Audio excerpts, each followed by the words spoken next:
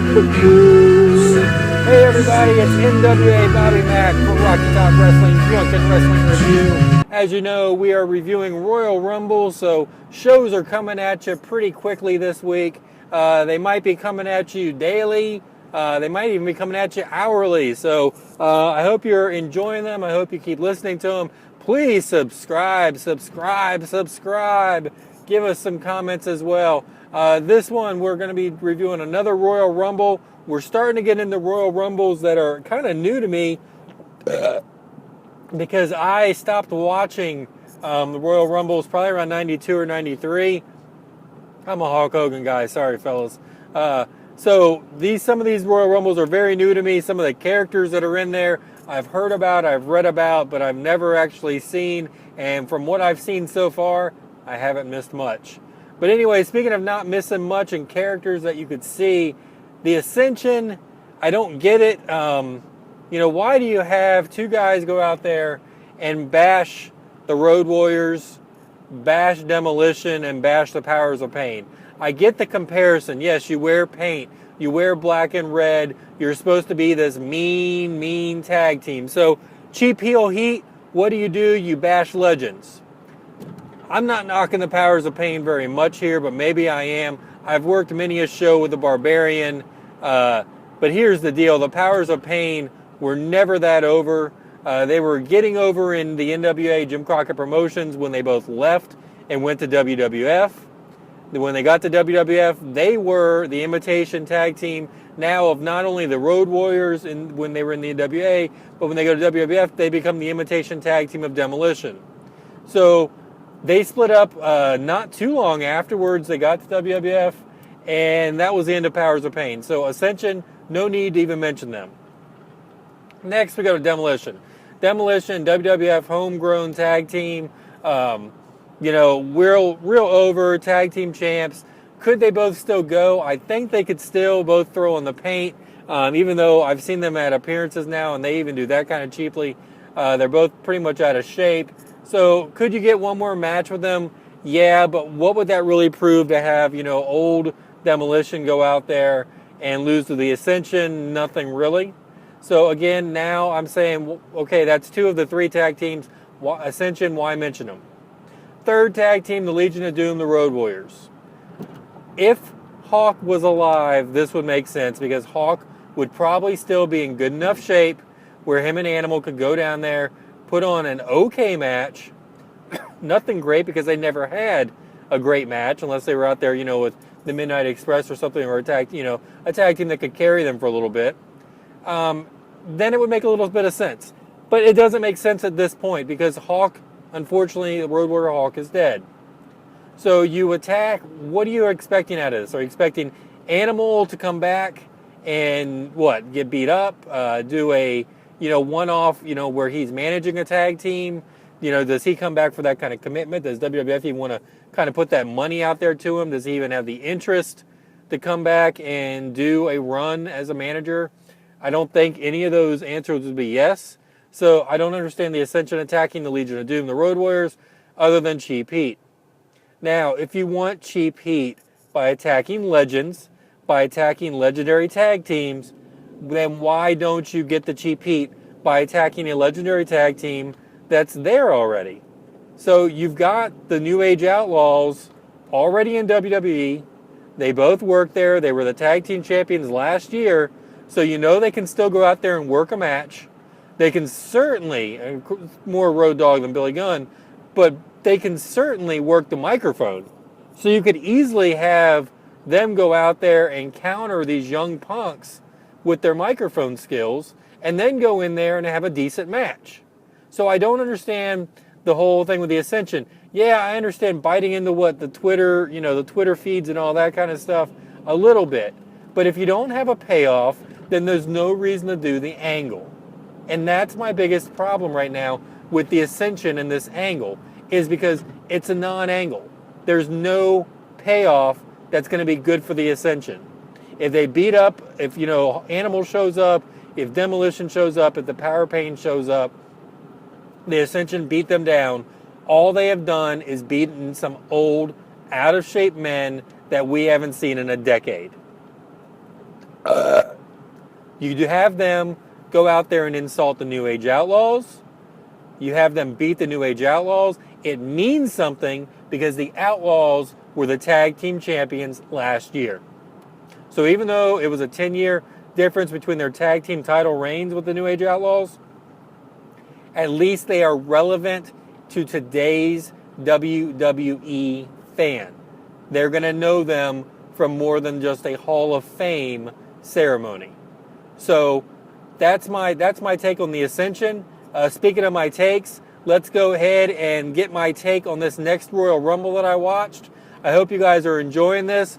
Enjoy the Rocky Top Wrestling Drunken Wrestling review of the Royal Rumbles. Here we go, guys.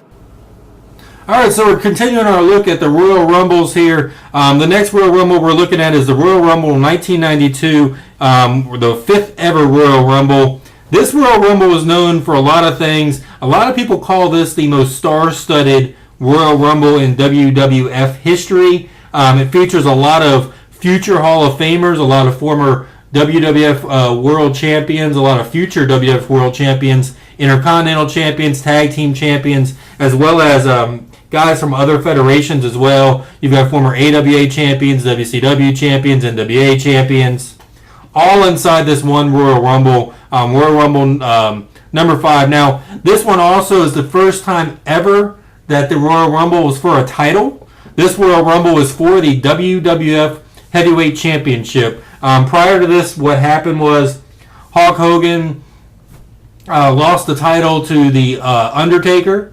Then immediately following that, it was a pay-per-view, a special pay-per-view this Tuesday in Texas, where Hulk Hogan was able to win the championship back from the Undertaker, but because of interference from Ric Flair, Jack Tunney, the WWF president at the time, had to declare the championship void and vacant. So what they did was they named this Royal Rumble, and the winner of this Royal Rumble was going to be the WWF champion. Actually, in the introductions of this Royal Rumble, as Howard Finkel was introducing, he actually does introduce Jack Tunney down to the ring, and Jack Tunney has the WWF Championship belt, the Wing Eagle belt that a lot of people associate the WWF late 80s and all of pretty much the 90s up until the Attitude Era with this championship belt.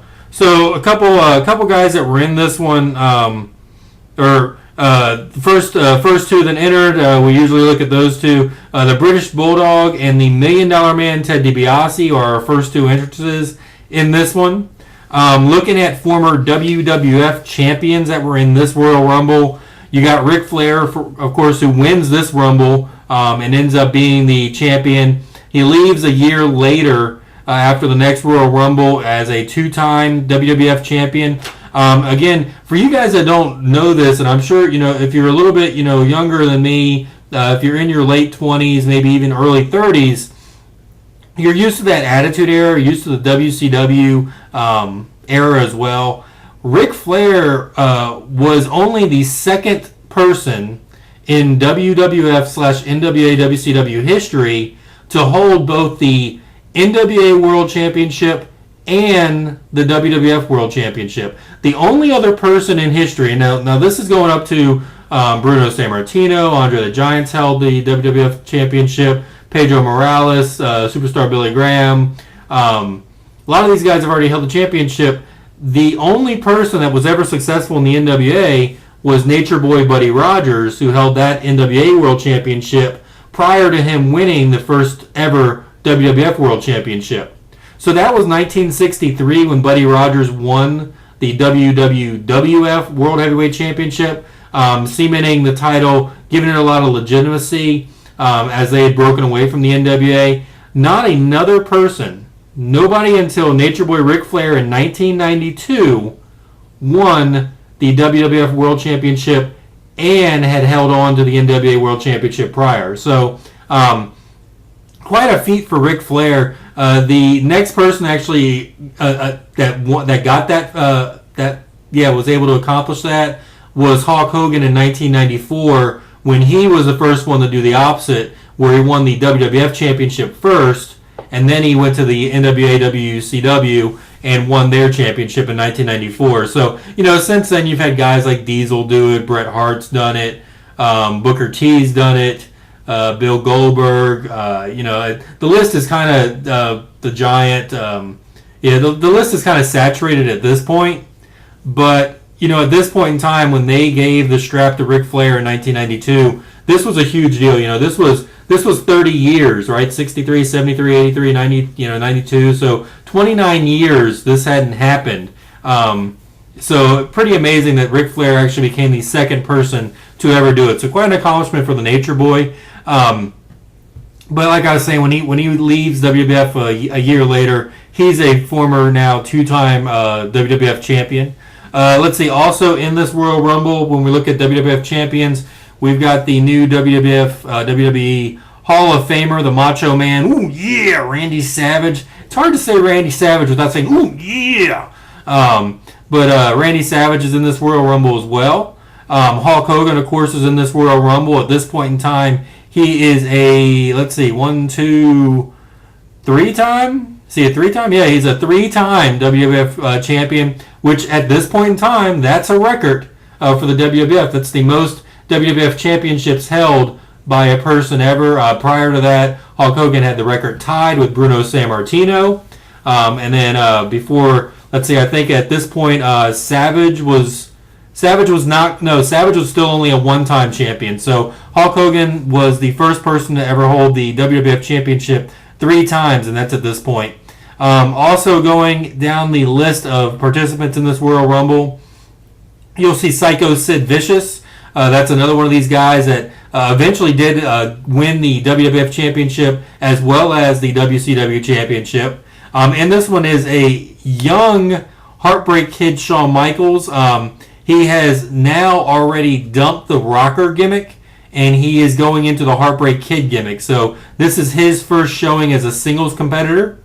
In this one, you'll find the Texas Tornado, Kerry Von Erich, of course, former NWA World Heavyweight Champion and former Intercontinental Champion as well in the WWF. That NWA reign 13 days back in 1984 when he beat the Nature Boy Ric Flair in Texas, his hometown, his home stadium, a few weeks after his brother David had died. Also in this Rumble, we have at this point in time, former and then of course a future WWF champion with The Undertaker. We've got a former WWF champion, Sergeant Slaughter, is in this, as well as a former WWF champion, and the man should be credited for starting the Hulkamania gimmick as the Iron Sheik is in this one. The Iron Sheik is in this Royal Rumble. He's, of course, the man that Hulk Hogan beat on January 23rd, 1984 in Madison Square Garden, the night that Hulkamania was born in the WWF.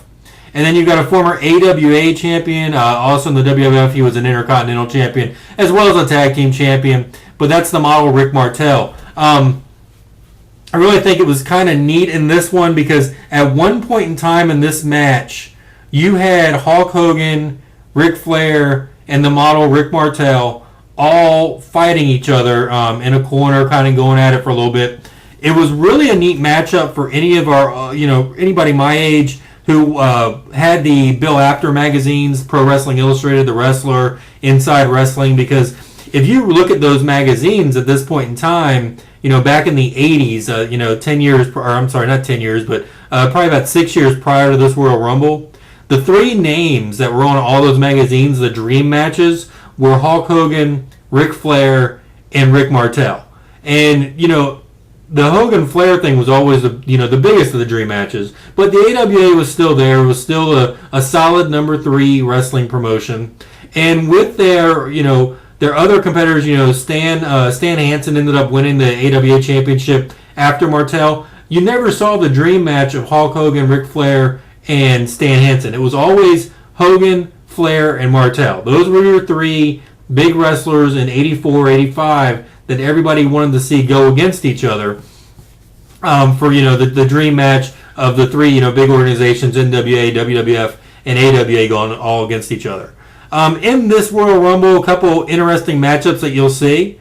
Besides that one with Hogan, Flair, Martel, you'll also see Shawn Michaels, HBK, and Ric Flair have a few battles inside this Royal Rumble. So the man that will eventually retire Ric Flair, the man that looks up to Ric Flair his entire career and before his career, his inspiration to get into wrestling, Shawn Michaels and Ric Flair have a couple battles inside this Royal Rumble. Also, I think I don't know if this match ever happened. It's something I'm going to look up. But inside this Royal Rumble, you had former NWA World Champion, the Texas Tornado, Kerry Von Erich, and Shawn Michaels go at it. So I don't know if that match ever happened prior to this. I know Shawn Michaels started his career in World Class Championship Wrestling, of course, home of the Von Erichs. I don't know. I know he was pretty much as an enhancement guy back then, or I guess I can say jobber if I'd like back then. So, but I'm not sure if these two ever crossed paths again. But so I think that was kind of a unique matchup in this one. You also had a rematch from that 1984 battle for the NWA Championship as the Texas Tornado, Kerry Von Erich, and Ric Flair ended up finding each other in this match and battling a little bit. In this one as well, in this Royal Rumble, you're going to see Flair go against Roddy Piper. So I think, anytime you see Flair and Piper go at it, I think it's a good thing. It's kind of a neat thing. There's a long history with them in the Mid-Atlantic with Jim Crockett Promotions in the early 80s, probably about 81, 82 when Piper was having his run down there. So I think that, that's a pretty unique matchup in this one. And of course, we're all so used to seeing them in WCW that it really is watered down at this point. But at this time in 1992, this was a big deal. Now, this one wasn't a big deal, especially in 1992. But now that we've seen the WWE Network and we've seen the WWE Legends House, and we know how close of friends these two have become, you will see Roddy Piper and Hacksaw Jim Duggan come to blows inside this Royal Rumble for just a few moments. So I don't know. When I watched this one, this is probably something I looked over a gazillion times because I didn't care. It wasn't a big deal. But now that you know the history with these two becoming friends on that show and all their camaraderie, their bromance, if you will, then I think that was kind of neat to see. As well as another big one that happens in this one, you're going to see Hulk Hogan versus Roddy Piper. Hogan and Piper, really avoided each other in the WWF after their initial rock and wrestling run. They would very rarely ever team up, rarely be in the same arena or area, with each other in the same ring. Piper was, of course, part of the build-up for WrestleMania 3, hosting Piper's Pit with Hogan and Andre. But other than that, you really didn't see Hogan and Piper crossing paths too much. So 1992, to see them both in the ring, and then to actually, trade some punches there for a little bit, and it's very brief. But again, historically, 1992, this is a big deal. Now we're looking outside the ring. I don't see Shane McMahon out there anymore this year, but I do see that the managers are still not allowed down at ringside. So you're going to see managers coming down to the ring. The entranceway looks shorter. So I don't know if they planned that for the managers or it was just the building that they were at, but the entranceway was a little shorter for the managers to walk their wrestlers down to the ring and then be able to turn back around. Another interesting note that I have down here that I saw was towards the end of this thing, you've got The Undertaker in the ring, and inside the ring with The Undertaker is, Macho Man Randy Savage, IRS Mike Rotundo, Nature Boy Ric Flair, the model Rick Martel, Hacksaw Jim Duggan, Roddy Piper, the bodyguard Virgil, the $1 Million Man, and Hulk Hogan. So do you know why that's interesting to me? Do you know why it's interesting to have The Undertaker in there with those other names that I mentioned? Because during the Monday Night War, during the Attitude Era, Undertaker was the only one of all of those people to stay with the WWF. Savage, IRS, Flair, Martel, Duggan, Piper, Virgil, and Hogan were all in the WCW, all in the... Actually, most of them, except for Piper and Flair, were in... Or actually, no, okay, Duggan wasn't either, okay. Most of them were part of that NWO angle, either in the NWO or against the NWO at that time. So I thought that was pretty interesting to see. There's Undertaker versus Savage, IRS, Flair, Martel, Duggan, Piper, Virgil, and Hogan. And that is pretty much like your last group that's in there. I think the Berserker pops in the ring at one point in time during that. And there might be one other WWF guy that ended up not jumping to WCW, but I don't remember who it was, but they ended up being in and out. So these are your last guys that are in the ring. Those future 8 WCW guys and The Undertaker. So historically, again, I thought that was pretty neat. Savage was eliminated and then allowed back in the ring.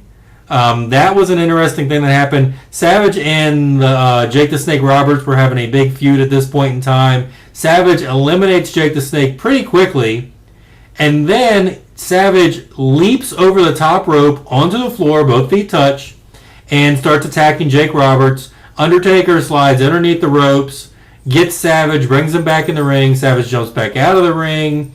Undertaker goes and gets him again, brings him back in the ring. And he's allowed to stay. Savage is allowed to stay in the ring after this elimination.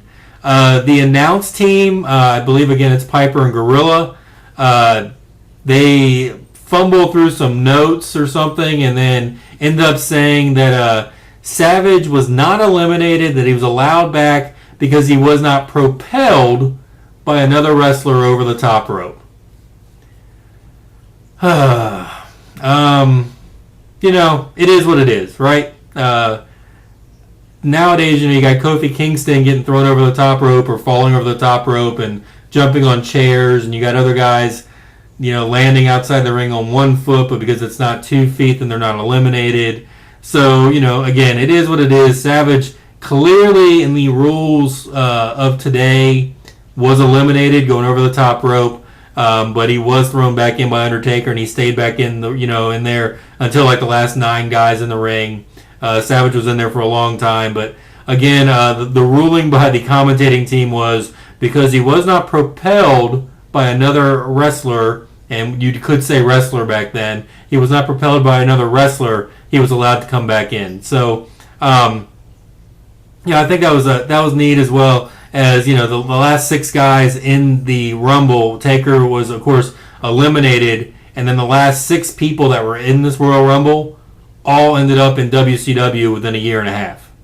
So this is the times where WWF is changing. This was actually this Royal Rumble number 5, 1992. This was actually the last Royal Rumble I think I watched for a couple years. At that point in time, my TV kind of went off from wrestling.